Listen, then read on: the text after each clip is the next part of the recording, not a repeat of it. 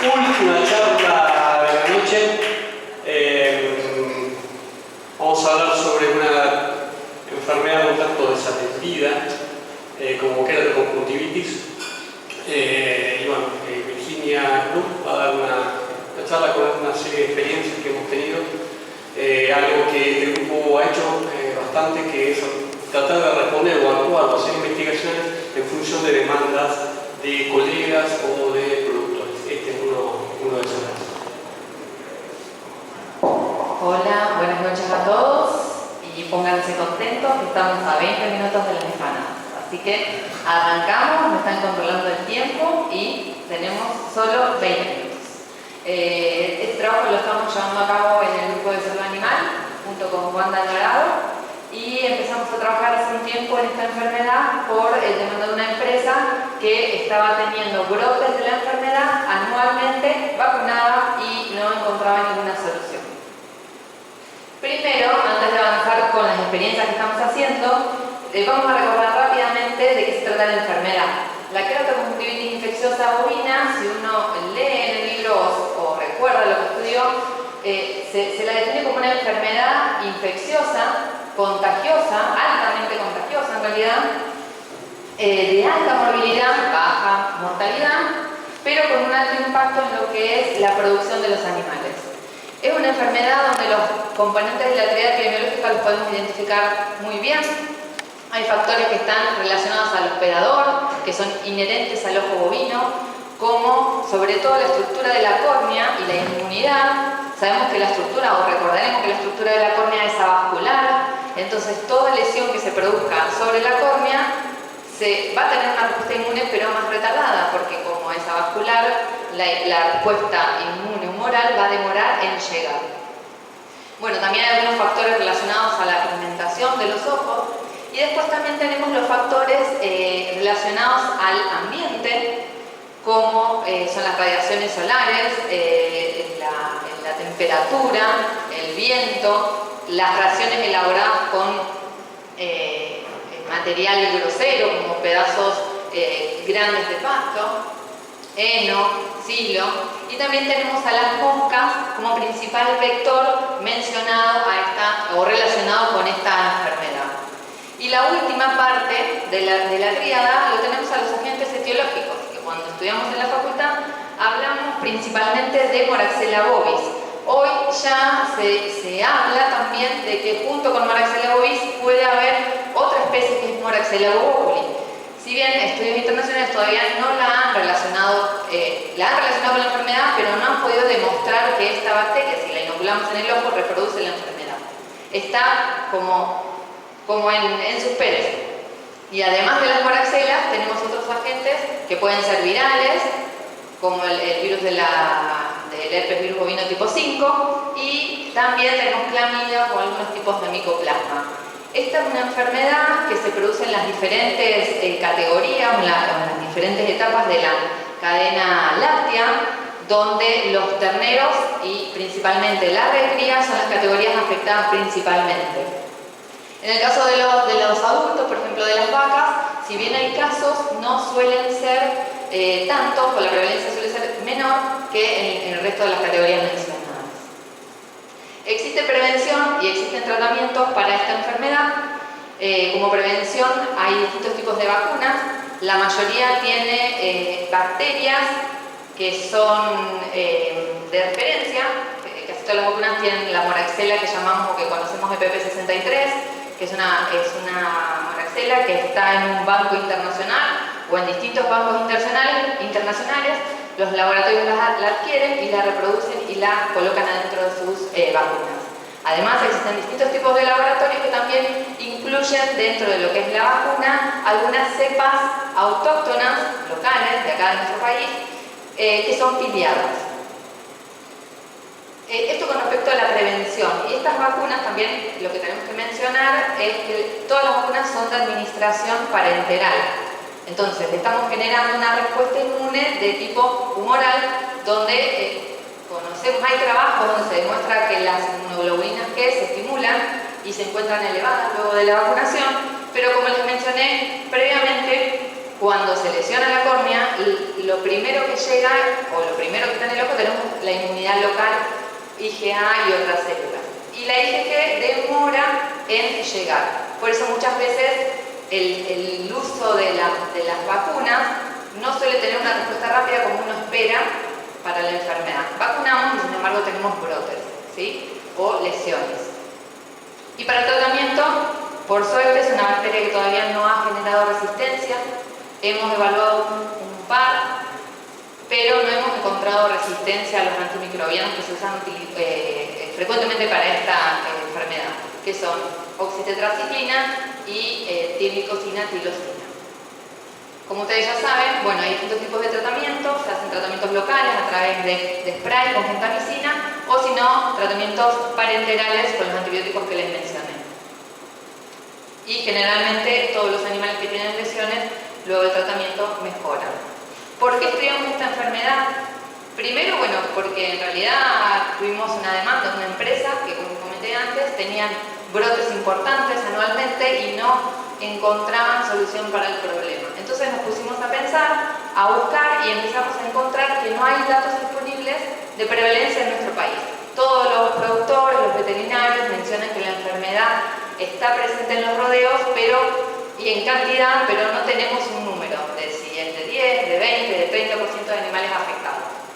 Tampoco tenemos datos del impacto económico de la enfermedad en los rodeos en nuestro país. En otros países sí hay estudios donde se dice que el impacto es alto, sobre todo por la merma en la producción de los animales, el retraso en el crecimiento, además de el uso de los antibióticos que se emplean para controlar esta enfermedad. También existen pocas investigaciones sobre los agentes etiológicos en nuestro país, es decir, estamos usando vacunas que tienen cepas internacionales, algunas cepas locales, pero no tenemos claro bien quién es el que está produciendo la enfermedad. Y bueno, la otra cuestión es que la eficacia de las vacunas comerciales es incierta. Por lo que les comentaba antes, productores, veterinarios nos mencionan que utilizan una vacuna, un año no tienen problemas, al año siguiente tienen un brote, siguiendo el mismo esquema de vacunas. Bueno, ¿cómo resolvemos todos estos interrogantes? Haciendo estudios epidemiológicos. ¿Para qué nos sirven estos estudios? Nos sirven para conocer todo lo que tiene que ver con la enfermedad. Por ejemplo, primero para determinar la prevalencia en los distintos eslabones en los cuales la enfermedad se encuentra. ¿Cómo estudiamos la prevalencia? Para esta enfermedad lo que nosotros hacemos es visitar rodeos, hisopamos ojos de los animales, ojos sanos, ojos enfermos, y después por microbiología clásica hacemos aislamiento de principalmente moraxelas, las moraxelas que son las cepas que, bueno, venimos mencionando que son los principales o supuestamente los principales agentes etiológicos. Después también hacemos estudios de difusión para ver si esas bacterias que encontramos en los terneros son las mismas que encontramos en la recría y en las vacas, para poder pensar en alguna estrategia de manejo que nos permita reducir la colonización de la moraxela en los ojos y de esa manera cortar el ciclo de difusión. Para eso usamos técnicas de biología molecular y además nos interesa caracterizar a estos supuestamente patógenos, a las moraxelas, para saber si tienen algunos genes de virulencia que les hacen más o menos virulentas o patógenas, y también evaluamos la resistencia a los antimicrobianos, genes de resistencia que explican esta resistencia y la virulencia, como les mencionaba. Como cuando arrancamos en el año 2021, arrancamos con un ensayo, con un establecimiento que se acercó a nosotros a solicitarnos que le hagamos una autovacuna. Era, como les comentaba, una empresa que tenía brotes anualmente y con las vacunas comerciales ya había probado distintos esquemas y no estaba teniendo los resultados que esperaba, y personas, otros veterinarios, otros productores, les habían mencionado la utilización de autovacunas. ¿Qué es una autovacuna? Una autovacuna es una vacuna que se desarrolla con cepas locales. Entonces, el objetivo que planteamos con este ensayo, allá por el año 2021, fue evaluar la eficacia de una vacuna elaborada a base de aislamientos autóctonos del rodeo versus la vacuna comercial que venía utilizando. ¿Cómo evaluamos esto? ¿Cómo quisimos evaluar esta eficacia?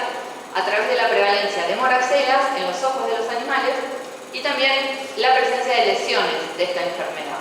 Entonces, utilizamos dos tipos de vacunas.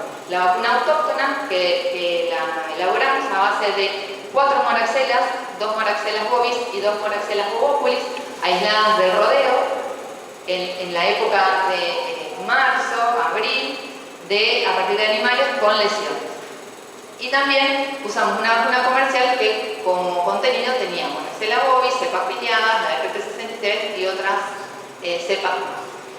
¿Cómo armamos o cómo diseñamos el ensayo? En el rodeo problema, no acá en el establecimiento del productor, seleccionamos 50 animales de la recría, los dividimos en 3 grupos.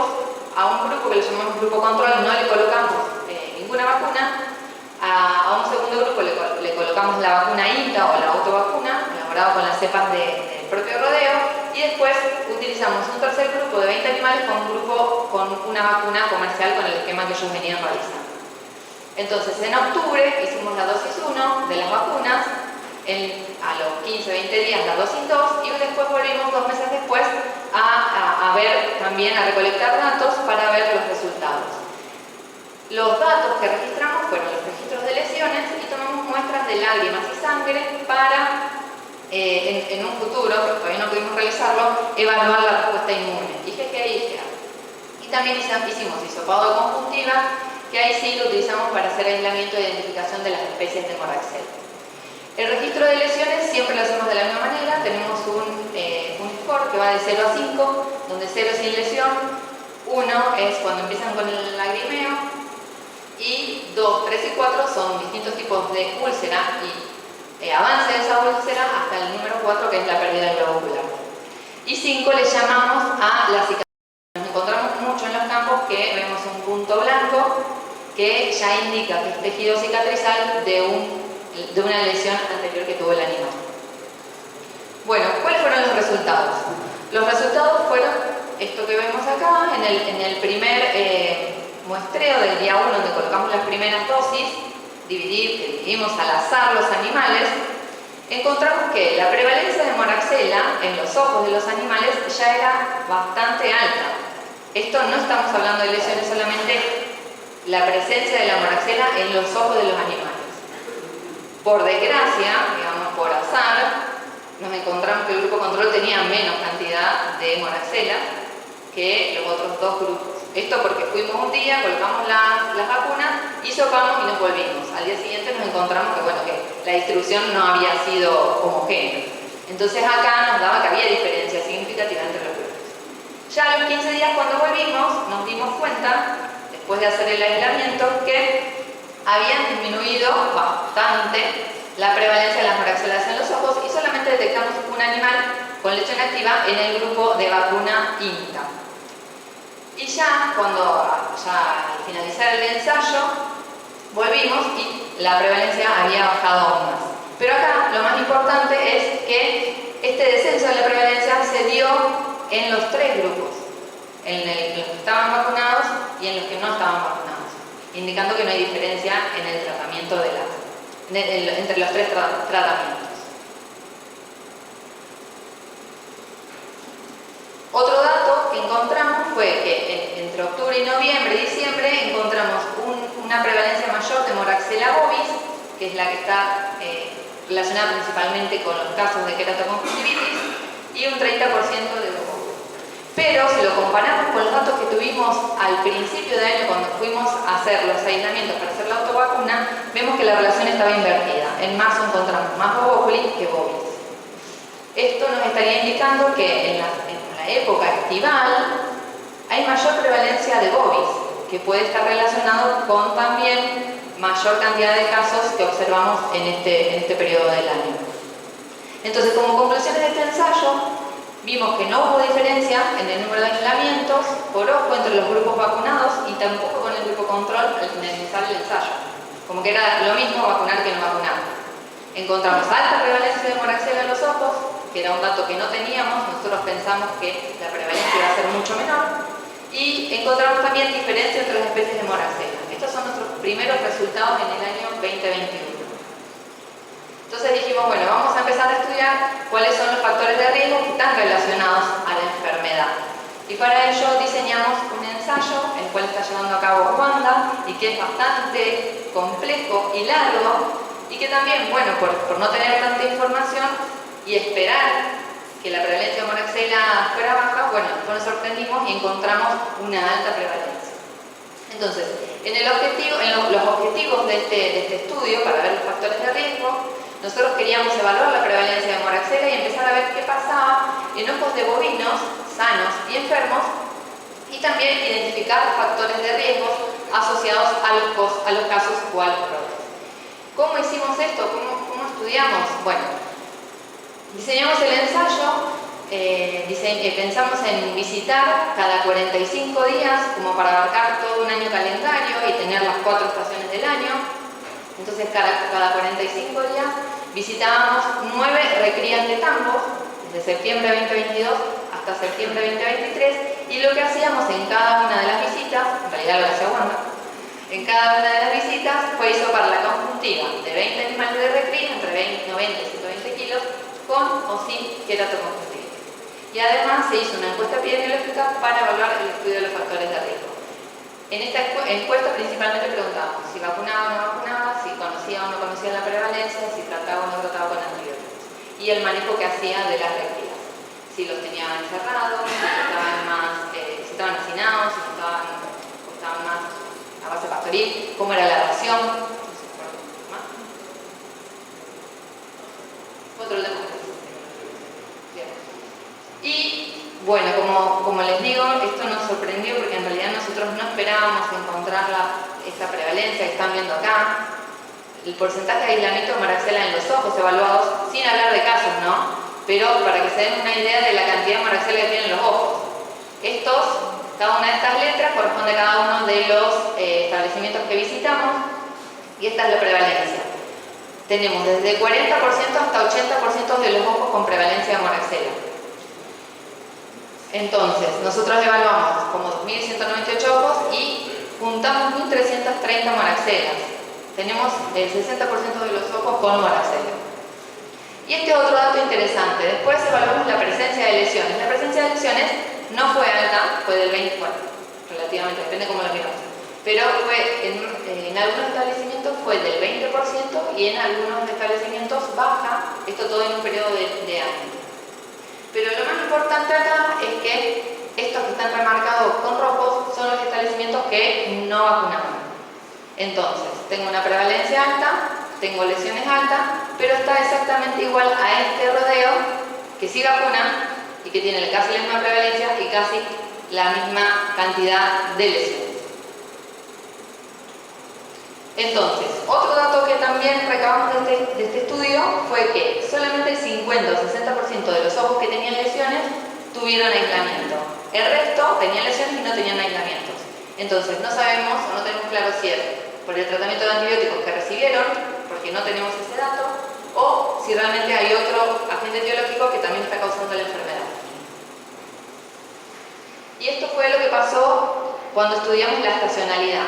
Esto sí está bastante parecido a lo que venimos estudiando o leyendo, de que en la época estival es cuando tenemos mayor prevalencia de moraxelas en los ojos y mayor cantidad de lesiones.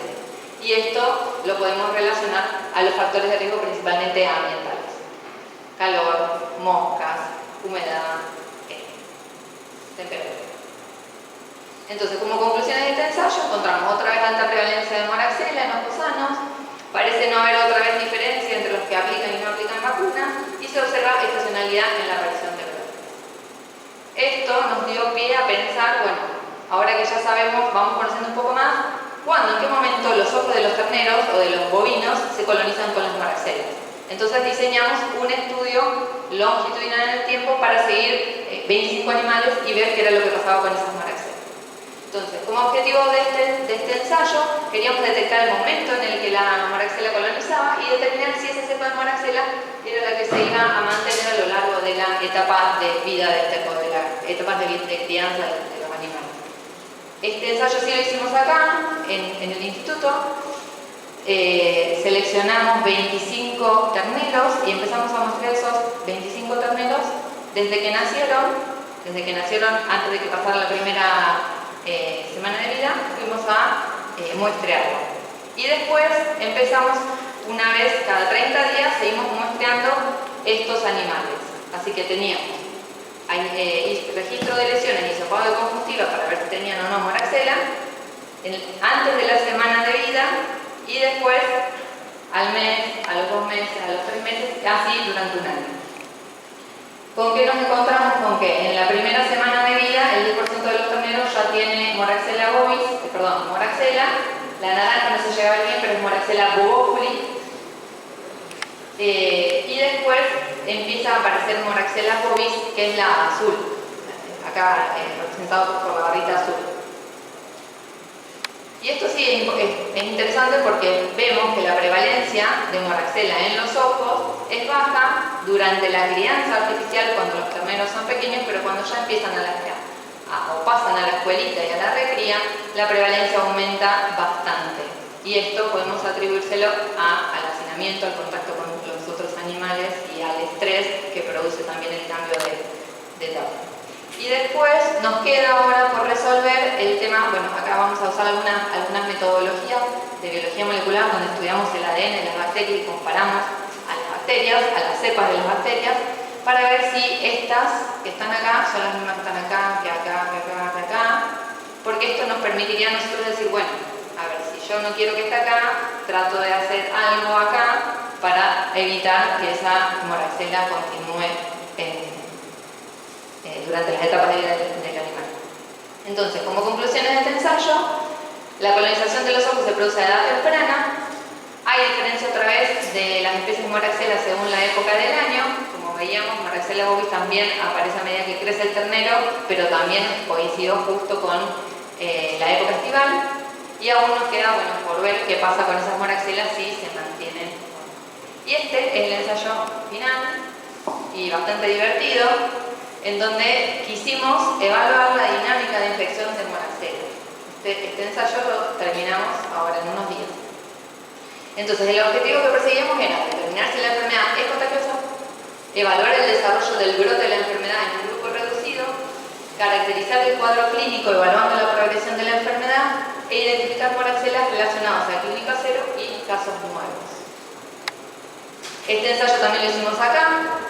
Empezamos el 9 de octubre de este año, armamos un grupo control y un grupo QIB, que lo llamamos QIB.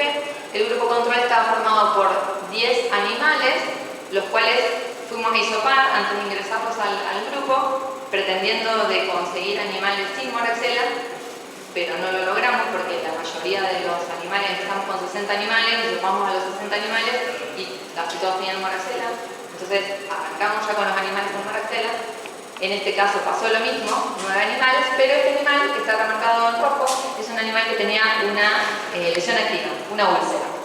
Entonces lo que nosotros pretendíamos es que este animal contagiara a los otros y evaluar cómo era la dinámica de la enfermedad. Además, como pasó una semana y no tenía... No, en realidad quería contarles que como todos los animales tenían moraxela, tomamos también 8 animales, y hicimos un tratamiento antibiótico de 3 días con gentamicina local para ver si podíamos barrer la moraxela y poder ingresarlos al ensayo sin moraxela en los ojos. Cosa que conseguimos, entonces incorporamos 4 animales más a este grupo y 4 animales más a este grupo para ver si estos no se contagiaban porque ya tenían moraxela y estos sí porque no tenían. Pero bueno, no pasaba nada, pasaba el tiempo, entonces incorporamos 2 animales más con lesiones activas al grupo QIB para ver si lográbamos que la enfermedad se difunda. Bueno, el ensayo lo terminamos la semana que viene, se van los animales y no pudimos contagiar a ninguno de los animales, sin contagios. Entonces, conclusiones, no hubo difusión de la enfermedad, no hubo difusión de la enfermedad. Los animales enfermos que fuimos metiendo al grupo QIB se fueron curando solos. Animales que tienen 3 dosis de vacuna en realidad porque son animales del rodeo de INTA y los vacunan, pero sin embargo los vacunan y tienen lesiones y tienen moraxela. La cuestión que eso también vimos, ingresamos a los animales que estaban a punto vimos que la lesión pasaba de úlcera, la úlcera se empezaba a vascularizar y luego de la vascularización la úlcera empezaba a achicarse. Es como que llega la sangre, llega la vascularización y la la lesión empieza a revertir, se empieza a curar. Entonces, las hipótesis que tenemos hasta ahora son que existen IgG generadas por las vacunas y llegan con la vascularización de la córnea, se produce la lesión y hasta que no llega la vascularización no se revierte la lesión. Y si no, la otra puede ser que tenga una cierta inmunidad por contacto con la bacteria que está todo el tiempo ahí, y también cuando se vasculariza también llega la defensa y de esa manera revierte la enfermedad. Como verán, la del año que viene les sigo contando, pero no tenemos muchas más respuestas. En realidad tenemos muchas más incertidumbres que respuestas. ¿Y cómo vamos a seguir? Bueno, siguiendo con estos estudios epidemiológicos, sobre todo para tratar de estudiar rodeos con y sin brotes, para ver cuál es la diferencia. Hoy creemos que el componente ambiental es muy importante. El tema de la temperatura, del hacinamiento, de la mosca, es muy importante, pero tampoco podemos decir que solamente es eso, tampoco podemos identificar si hay una moraxella que es la realmente patógena, o son todas comensales y en algún momento se vuelven patógenas. Para eso vamos a seguir con la caracterización de los patógenos, evaluar la diversidad que hay entre esas moraxelas para después poder decir, bueno, hay mucha variación o hay poca variación, sirven las vacunas que estamos usando, necesito hacer una vacuna con muchas moraxelas, con pocas moraxelas, o tengo un componente de la moraxela que genere inmunidad cruzada para todos. Y para eso, bueno, también la idea es en algún momento empezar a desarrollar un inmunógeno con un poco más de información. Y si no, también pensar en otra estrategia de prevención que no sea solamente las vacunas, sino también, además del manejo, algún tratamiento a nivel del ojo que permita aumentar la defensa y así evitar que la moraxela pueda colonizar y generar la lesión. Y bueno, como para cerrar, nosotros lo que pretendemos desde el grupo es generar información a través de todos estos estudios que les estuvimos contando para desarrollar estrategias basadas en ciencia y de esta manera resolver problemas que tenemos todos en el mundo. Bueno, esta es un poco una parte del grupo. Y para finalizar, les dejo una diapo con las capacidades del grupo y los servicios, que algo ya contó Ale Atala, pero bueno, tenemos capacidad para hacer diseño de ensayos en modelos animales, desarrollo de antígenos y adjuvantes vacunales, evaluación de la resistencia a las bacterias, diagnóstico de enfermedades, estudios epidemiológicos, obtención de proteínas recombinantes. Y bueno, muchísimas gracias por venir.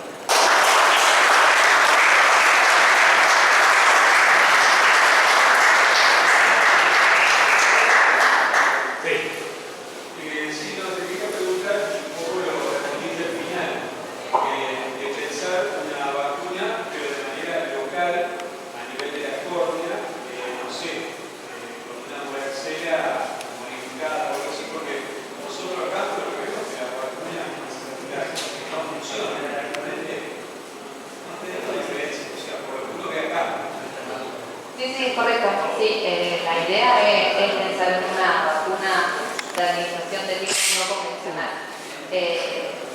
Hay trabajos, hay estudios a nivel mundial donde se está tratando de desarrollar un inmunógeno que sea de administración local.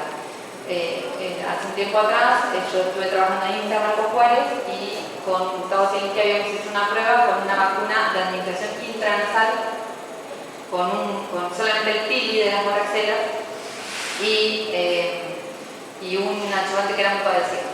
Entonces, administrábamos intranasal, en teoría el pili se pegaba a la mucosa nasal y como está relacionada con la mucosa ocular, generaba algo de información. Tuvimos algunos resultados buenos, pero bueno, después se cortó la investigación y nuestra idea con Wanda es avanzar para ese lado. En el ojo es más difícil porque el ojo tiene como muchos más mecanismos de defensa.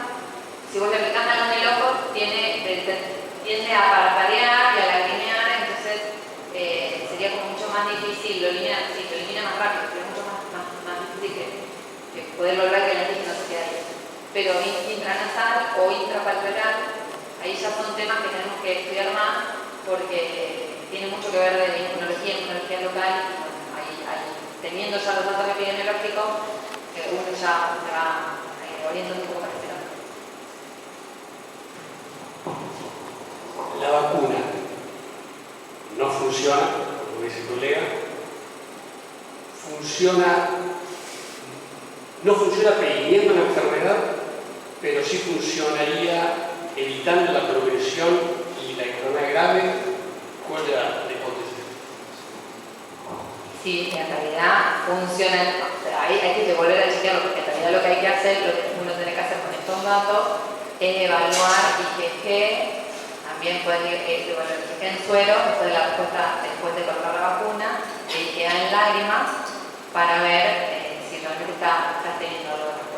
Pero acá lo que nosotros vemos es que estos animales que están vacunados generan la lesión y después revierten la lesión. Entonces creemos que porque en los tres casos vimos lo mismo. Vimos la úlcera, vimos la vascularización y después empezó a ir para atrás. Cuando dijimos, acá lo tenemos, ya está, hay que aplicar el antibiótico para que no se le reviente el ojo, porque no le íbamos a dejar que se quede ciego, empezaba a retroceder. Así que bueno, creemos que eso pasa, pero falta, con este estudio no podemos asegurar eso. Yo no sé si es la vacuna o el contacto con la bacteria, con tanta bacteria que tienen ahí. ¿Vieron diferencias en la crianza de la regla de placa y el anterior? Los meteros acá están 17 días en placa, 17 a 20 días, y después se van a un sistema colectivo, 2 semanas más con leche, y después se enderezan en grupo. Así que todo el mismo tratamiento. No, pero sí hay diferencias. No sé si vos ves más casos en la crianza o Me pasa lo que te pasó ahí, en la escuelita, en la claro. escuelita, digamos. Escuelita. La primera etapa no vemos nada. Cuando empezás a ocupar, yo no creo que es el efecto del electrolito, sino que va creciendo el animal, que es lo que controla esa cosa. Y nosotros tenemos todo un mismo lote, entonces no puedo decirte que Claro. primero está cargando esta idea de medio. Acá hacemos un manejo para todos. Sí. No, lo que te puedo decir, o sea, la experiencia acá, porque los modelos que vacunan no es que tienen menos problemas, pero no pierden ojos. O sea, terminás teniendo animales sanos, relegás con el tratamiento y todo, pero no tenés animales con pérdida de ojos. Cuando vas a un campo que no vacuna, empezás a ver animales con ojos perdidos un montón, o con lesiones graves, cicatrizantes. Yo creo que más o menos lo que vos estabas diciendo. Y la otra cosa también es que cuando encontrás problemas de ojos graves, los vacunados, también tenés otros quilombos en la recría, que es estrés de algún lado que te provoca distintas enfermedades. Pero los vacunados, lo más importante que yo veo es que no perdés ojos. Sí, a mí lo que la duda que me queda es si estos animales, saben que en realidad es necesario tratarlos, pero si estamos hablando del tema de no usar antibióticos, de reducir los antibióticos, si el animal se va a curar solo, en realidad vamos a tener que usar igual el antibiótico, porque si no va a dejar de comer y demás. Pero si no, tal vez no haría falta usarlo, porque va a haber piso. Eso por ahí estaría bueno, pero bueno, no, porque en la práctica en realidad, claro, Es una utilidad científica, pero estamos ahí en el borde de ser pequeños. Cuando el práctico vos lo vas a tratar, porque va a tener una lesión tal que te va a ir para atrás en el rendimiento del animal. Pero si lo dejarías, podría haber eso.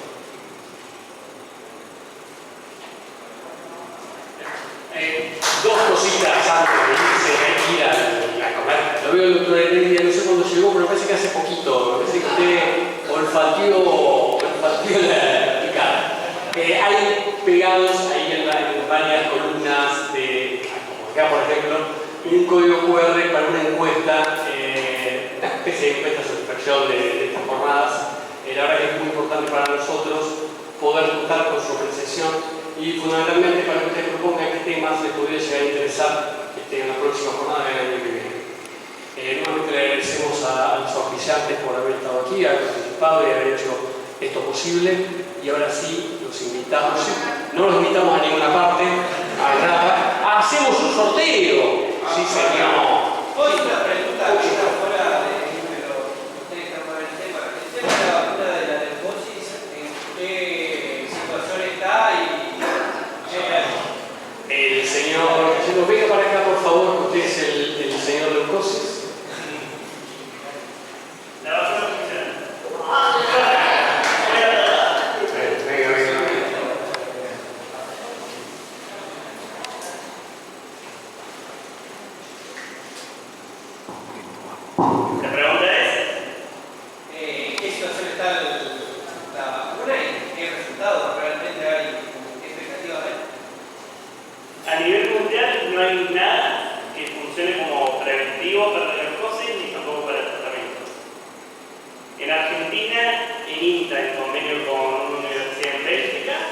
fue una cepa atenuada, modificada genéticamente, para hacer algo que sería como una premonición, como hablaba Matilde antes, en el cual vos infectás al animal con la cepa atenuada, la cepa vacunal, y te previene la infección con la otra cepa.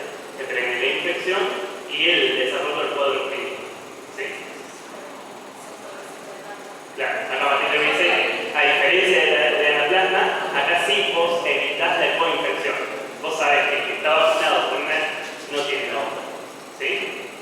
En Argentina, las vacunas para bovinos que son de cepas vivas atenuadas son de bacterias y las de Babesia, que son de carbúnculo, la de brucela, la de anaplasma y las dos Babesia.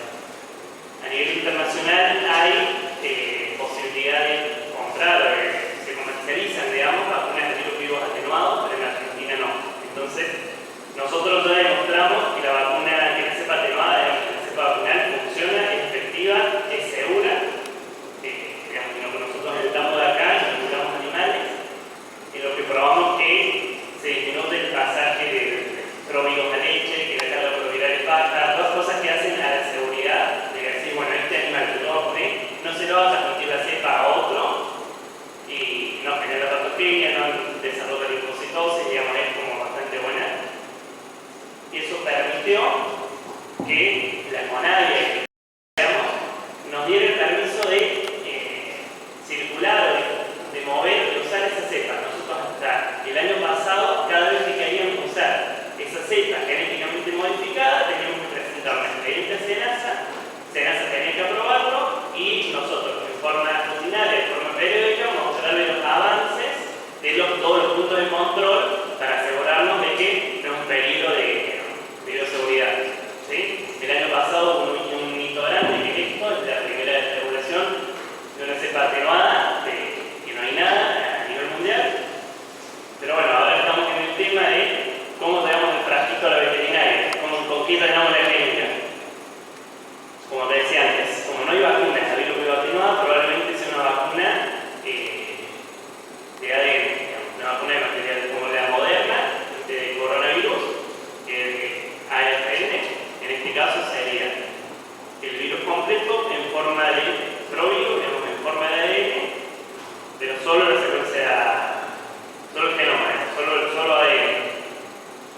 Sabemos que el ADN es infectivo, que podemos infectar, tiene una forma de inoculación y una forma de delivery. El tema es, bueno, mejorarlo, cosa que sea a nivel de escala producible, que se pueda hacer, digamos, en la mínima cantidad posible y que sea estable y escalable para una industria. Más o menos, ¿te respondía o alguna duda? No, es muy difícil. Por eso a mí no me gusta mucho hablar de que está la vacuna, porque es esto, está la vacuna. ¿Y cuándo va a estar? En 2 años. Y nunca llega los 2 años. Porque hay un tema técnico de capacidad de los laboratorios para producir la cepa, que sea rentable, y es un tema regulatorio de SENASA, que nosotros vamos a decir que funciona con la buena organización, pero si no se aprueba, no se aprueba. Y también es un tema comercial,